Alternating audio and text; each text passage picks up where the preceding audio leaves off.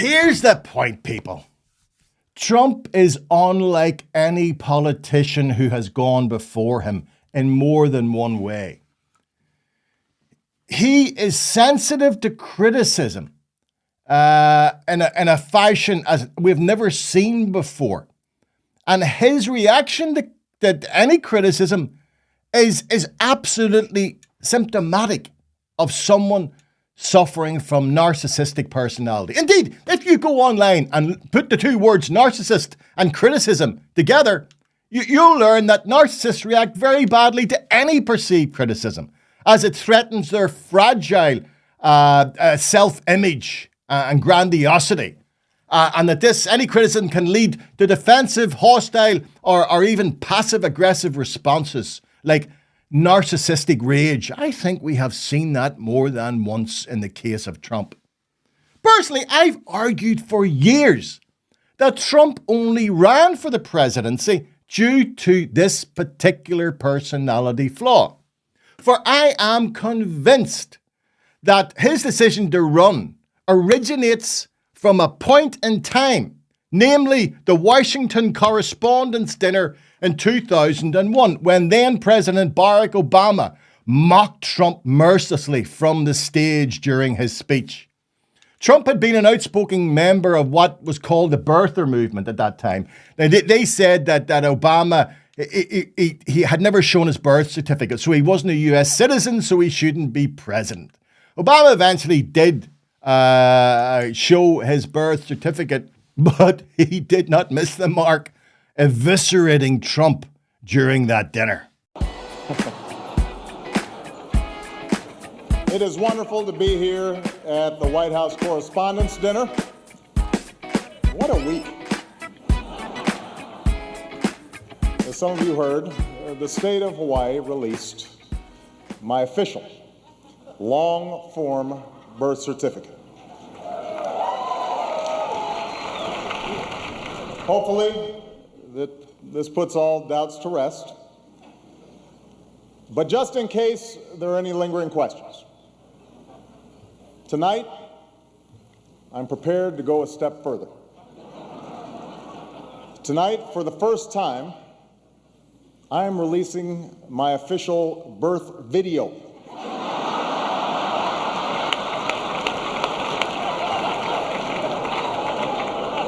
Now, I warn you, no one has seen this footage in 50 years. Not even me. But let's take a look.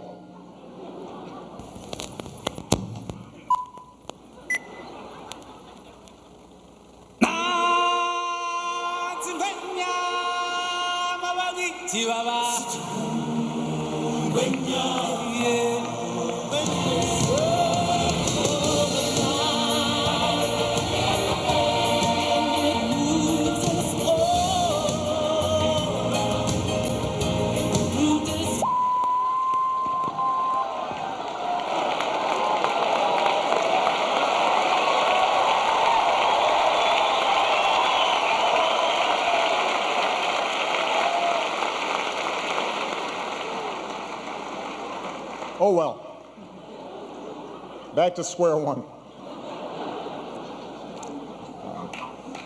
I want to make clear to the Fox News table, that was a joke. That was not my real birth video. That was a children's cartoon. Call Disney if you don't believe me. They have the original long-form version.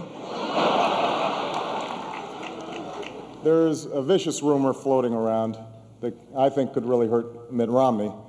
I heard he passed universal health care when he was governor of Massachusetts. Someone should get to the bottom of that. And I know just the guy to do it. Donald Trump is here tonight.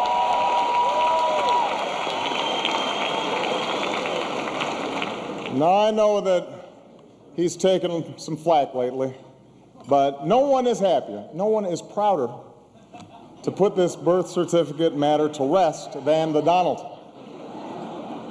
And that's because he can finally get back to focusing on the issues that matter. Like, did we fake the moon landing? What really happened in Roswell? And where are Biggie and Tupac?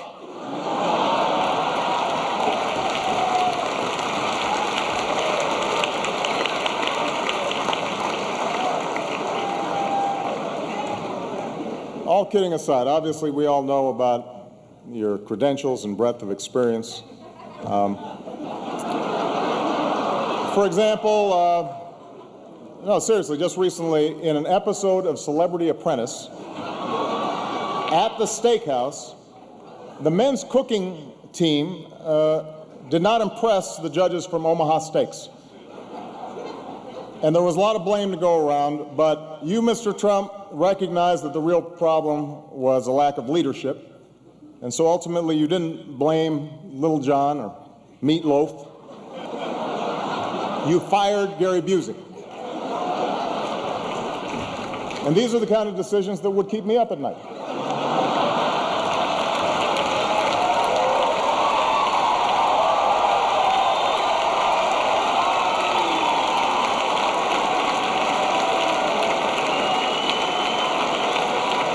Well handled, sir. Well handled.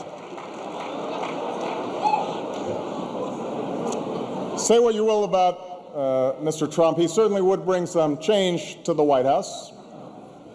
Let's see what we've got up there.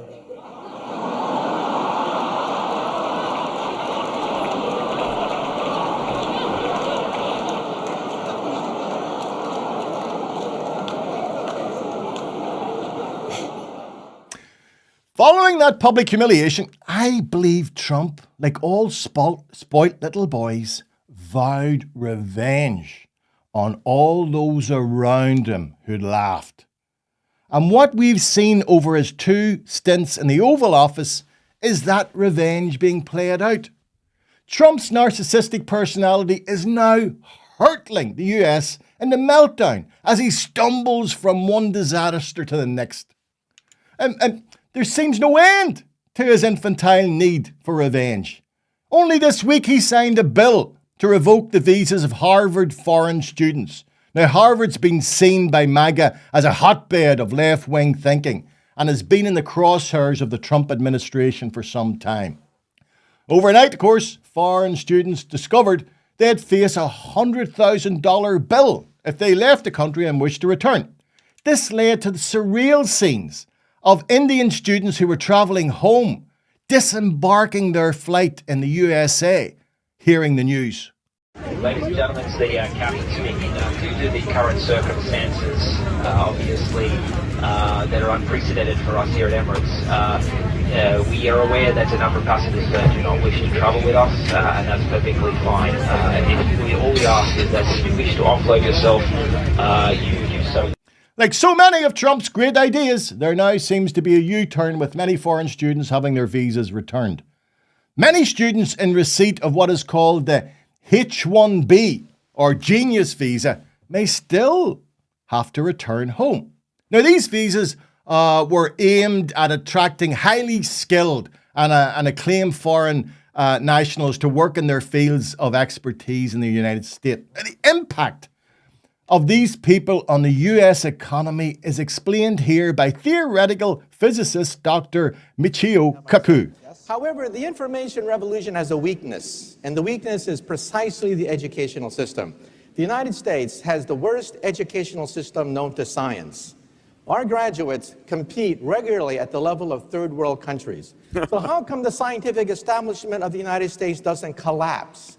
If we're producing a generation of dummies, if the stupid index of America keeps rising every year, just watch network television and reality shows, right? How come the scientific establishment of the United States doesn't collapse? Let me tell you something. Some of you may not know this. America has a secret weapon. That secret weapon is the H-1B. Without the H-1B, the scientific establishment of this country would collapse. Forget about Google. Forget about Silicon Valley. There would be no Silicon Valley without the H-1B. And you know what the H-1B is? It's the genius visa, okay? You realize that in the United States, 50% of all PhD candidates are foreign-born? At my system, one of the biggest in the United States, 100% of the PhD candidates are foreign-born. The United States is a magnet sucking up all the brains of the world, but now the brains are going back. Right. They're going back to China. They're going back to India. And people are saying, oh my God, there's a Silicon Valley in India now. Oh my God, there's a Silicon Valley in China. Duh. Where did it come from? It came from the United States. So don't tell me that science isn't the engine of prosperity. You remove the H-1B visa and you collapse the economy. In Wall Street Journal, editorialized against a congressman who wanted to ban the H-1B, saying they'll take jobs away from the American people. The Wall Street Journal said, look, there are no Americans who can take these jobs. These are at the highest level of high technology. They don't take away jobs from Americans. They create entire industries. And so that's why we have an Achilles heel, and that's the educational system. And again, sociology majors are not necessarily going to be the ones determining the future of Silicon Valley, but physicists, engineers. We need more of them, not less. The irony is,